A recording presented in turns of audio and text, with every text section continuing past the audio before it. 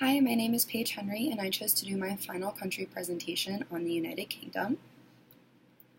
Here is a map of the entire area. The UK consists of 4 different countries: England, Scotland, Wales, and Northern Ireland. It's a part of the European Union, or the EU. Their healthcare system consists of the NHS, or the National Health Service.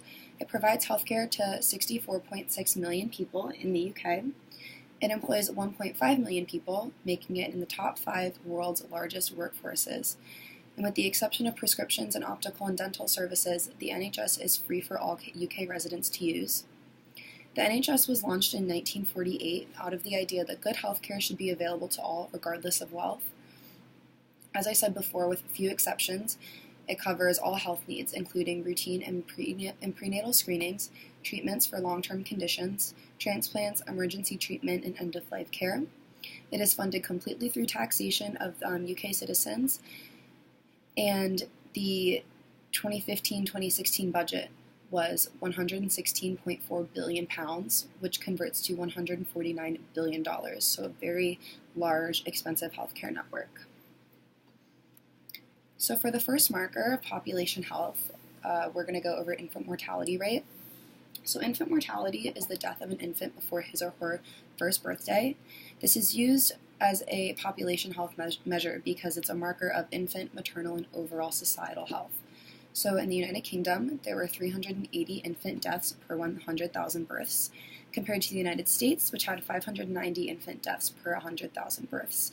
So you can tell this is a discrepancy of 210 infant deaths per 100,000.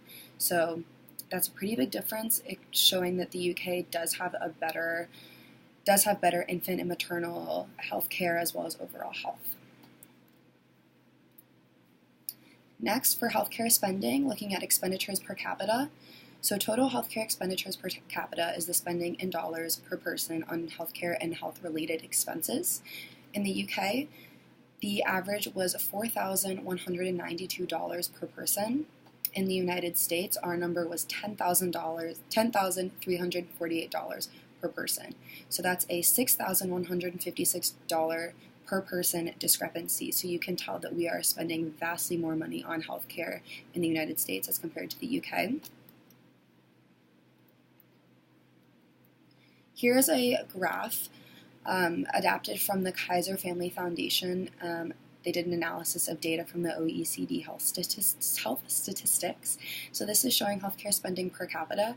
As you can see over here, this is the United States number. We are higher than almost all of the other large and wealthy countries. And you can see the UK is over here with their 4,000-ish number per person healthcare spending. So not only are we vastly above the UK, but also the majority of other countries. So that is showing how huge the discrepancy is. Next, going over the healthcare system in terms of emergency department or ED visits. So the UK had 22.4 million total attendances, and out of those, 5.48 million resulted in admission. Compared to the United States, we had 136.9 million total attendances, with 12.3 million resulting in admission. So the UK has much fewer attendances than the US, but let's think of it in terms of total population as well. So in the US, in terms of percentage, to account for the population difference, the US had 9% resulting in admission, whereas the UK had 24%.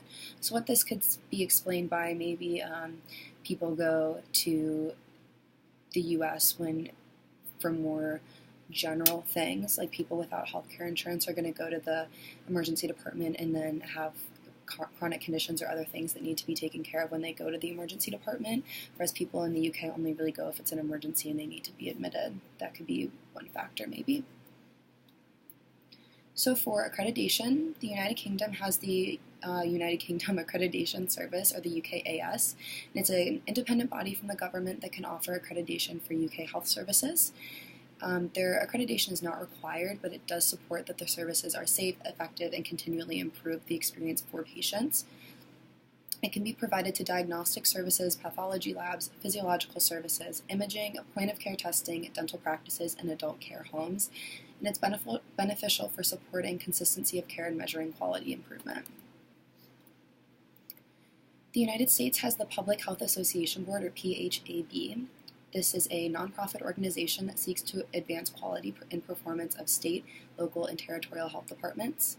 It is funded by the CDC and the Robert Wood Johnson Foundation.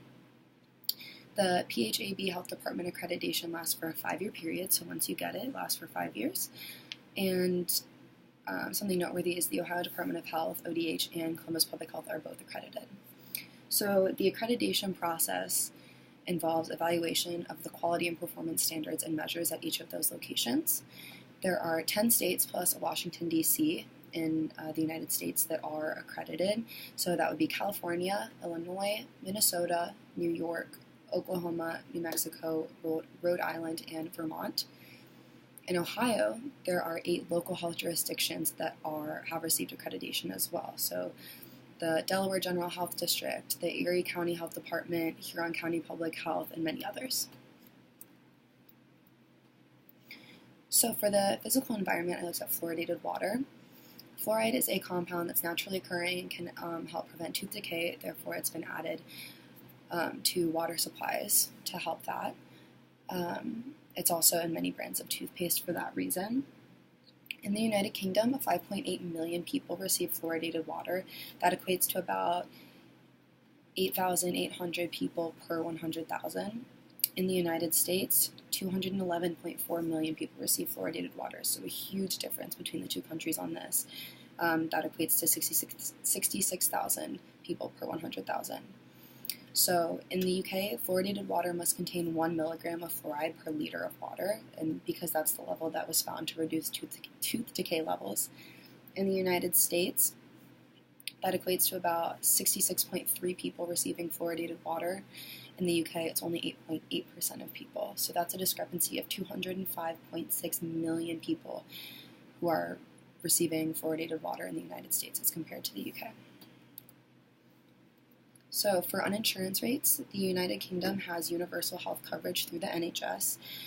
So this includes all UK residents as well as non-residents with a European health insurance card that's done through part of the EU, and everyone is entitled to the NHS care. Whereas in the United States, because we don't have a universal coverage system, we have 28.5 million people that did not have insurance at any point in 2017. That equates to around 8,800 people per 100,000. So the discrepancy here is in the UK there's essentially no one lacking insurance coverage because it's available to all residents, whereas in the US we have 28.5 million more people lacking insurance coverage.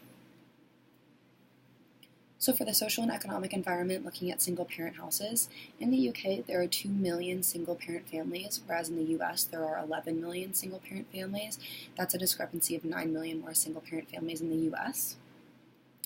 In the UK, 1/4 of families are headed by single parents, and 47% of children in single-parent families live in relative poverty, which gives them about twice the risk of poverty for children as compared to children with 2 parents. So that's why parenting and household style is a marker of social and economic environment.